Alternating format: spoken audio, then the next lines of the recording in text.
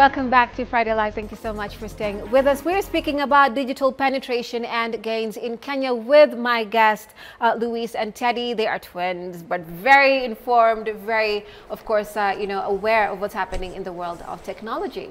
All right, let's take it from here. I had asked you before the break, how did you identify the gap, of what you're going to fill? Tech is very wide, yes, right? Yeah. But you're doing something very, very specific. So we can define it and also explain to us how you found the gap and filled it. We'll begin with you.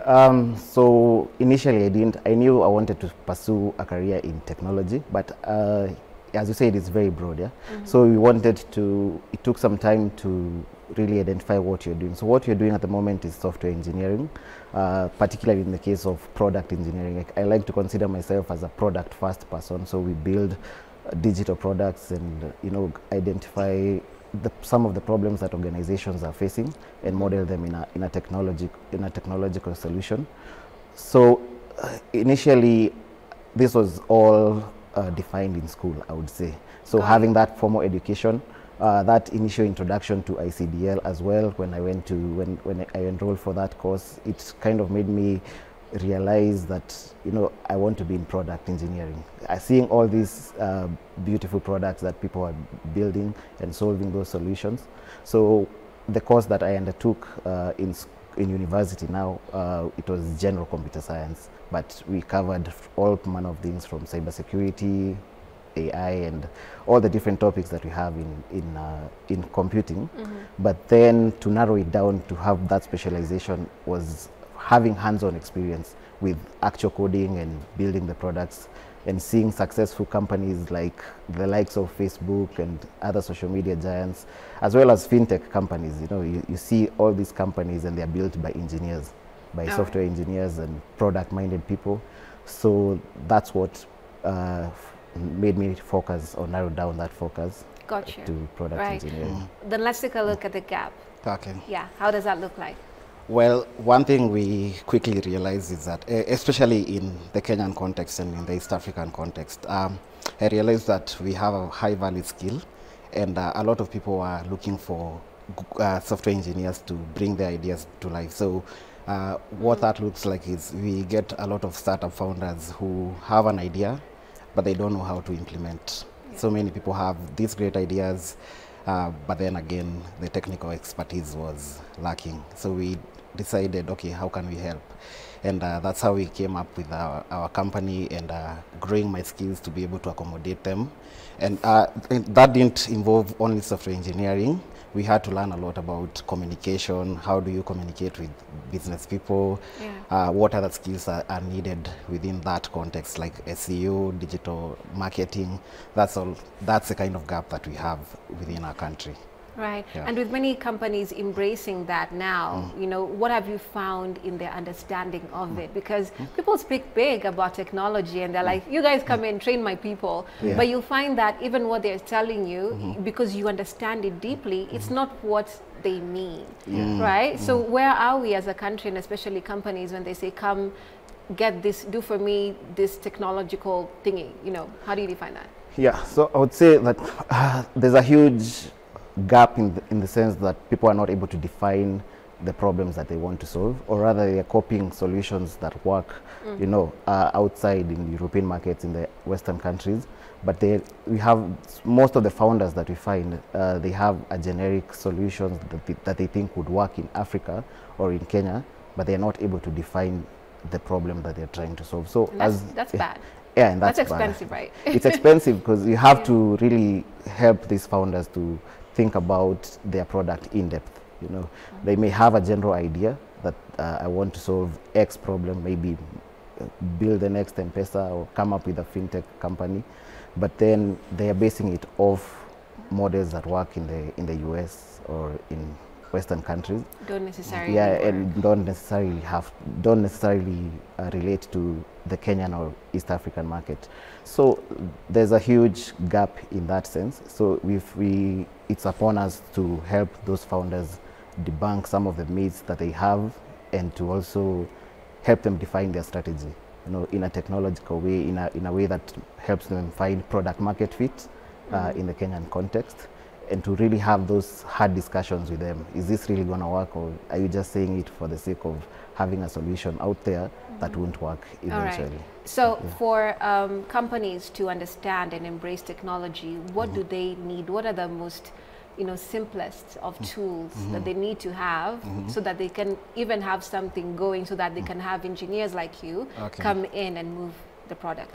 Okay, I think first of all, it's important to understand what you're solving first and why you need that solution in your organization. But then again, I would advise people to embrace social media. I think that's one thing that is quite underlooked. Embrace social media. Yeah, embrace social media. I think I've seen it work wonders for people. So the first point of contact is social media is also a tool. You need to be literate in that sense. You also need to have email communication, like basic email, understanding of how you can communicate with people online. Emails, have a custom domain, like a professional domain where you can just to appear professional whenever you're. Those are very basic tools that you can implement before you decide to go big on a big solution. And you can even go to source for off the shelf solutions. You don't have to come up with a custom tech solution. It's always good to understand your needs and try to look what is out there first before I can implement my own custom workflow. I see. You wanted to add a point? Yeah, I want to ride off what he's said. So for organizations as well, they have to have communication tools, internal communication tools as well as you're embracing technology. So some of these tools can be like Microsoft Teams, for example, Slack. So these are tools that would enable seamless communication within an organization, and proper systems in place as well, like how do we document our processes.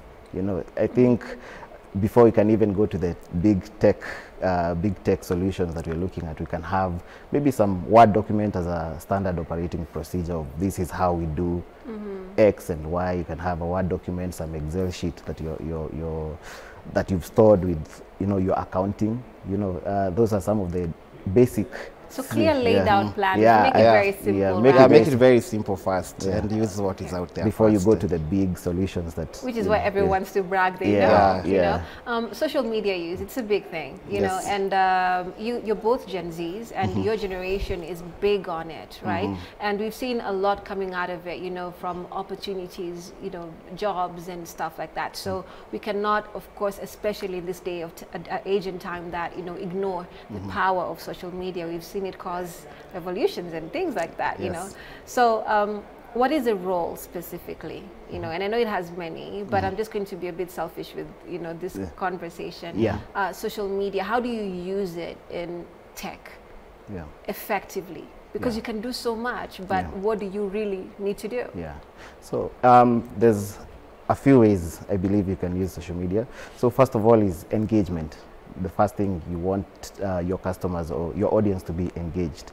So that is crafting, well laid out campaigns. You can have a campaign running on social media that I'm promoting X product. Especially you've seen it with content creators. A lot of content creators are earning a lot of money. So I think the biggest solution that social media is providing to us is the ability to keep your audience engaged. And visibility.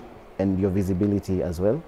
But then I would say on the other end of the spectrum, there's the risk of digital identity, identity theft as well. Okay. So I'm sorry, because of time, we need to wind up. I am so sorry about that. I know there's so much to take from this conversation, but I'm going to let you just give us like a minute or less of your final comments with that. Thank you so much. Right. You want me to talk about social media or? Yeah, social media, basically, most effective, but in a very brief way. Okay, so as I said, use it as a visibility tool for guys to find you online, and it gives you a personality. As an organization, it gives you a personality. Guys can relate to you, but you also have to be careful of identity theft. That's one thing I think I would say.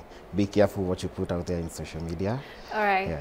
We're speaking about digital penetration and gains in Kenya. I still have Louise and Teddy with me in studio, and now I'm getting your final comments. This is the real final comments, not the other ones, right? Okay. All right, let's get your thoughts on this. What would you like everyone to know about technology, especially in this day and age that we are living in right now? I'll begin with you. Cool. I think I would like to talk about how you get into technology. different aspects of it. So if you're interested into getting into the field, you can engage in formal programs, like you can get into like ICDL, that will teach you basic computing skills, and then from there you can diverge into different areas like programming and web development. Other than that, you can use self-paced programs like YouTube, which is free. Yeah, you can get so much done from YouTube. So I would advise to start with the free programs, and then you can go to a more structured learning approach. Okay. And then if you want to keep up to date, because our field is always evolving, you need to keep up to date. So how do you do that? Try to get into communities. We have a very vibrant tech community in Kenya. Get into meetup.com. You're going to find all that there. All right. Read a lot, newsletters and whatnot. Fair. All right. Let's get your thoughts. Yeah, for me, I would say I would like to debunk some of the myths around technology. So number one is you have to be young to get into technology. No, this field is accommodative of everyone. Yeah. So no matter which age you are, you can always pivot. I've seen a lot of people pivot. Two, we would say we have a very strong support system in Kenya. We have a huge hub of accelerators and hubs and communities. And finally, I would say that I would like to debunk the myth that you have to be in an urban setting to get into tech. You know, with recent internet penetration across the country, anybody with a mobile device. At different levels, though. Yeah, Okay, everybody with an internet connected device can access technology. Okay, then that is where we end. Thank you for coming in. We will be having this conversation further at another time, but I appreciate you both. And we've been talking to Luis Corey, Senior Software Engineer and founder of Inflection Studio, and Teddy Keyo, he's a Senior Software Engineer and co-founder of Inflection Studio. Thank you once again.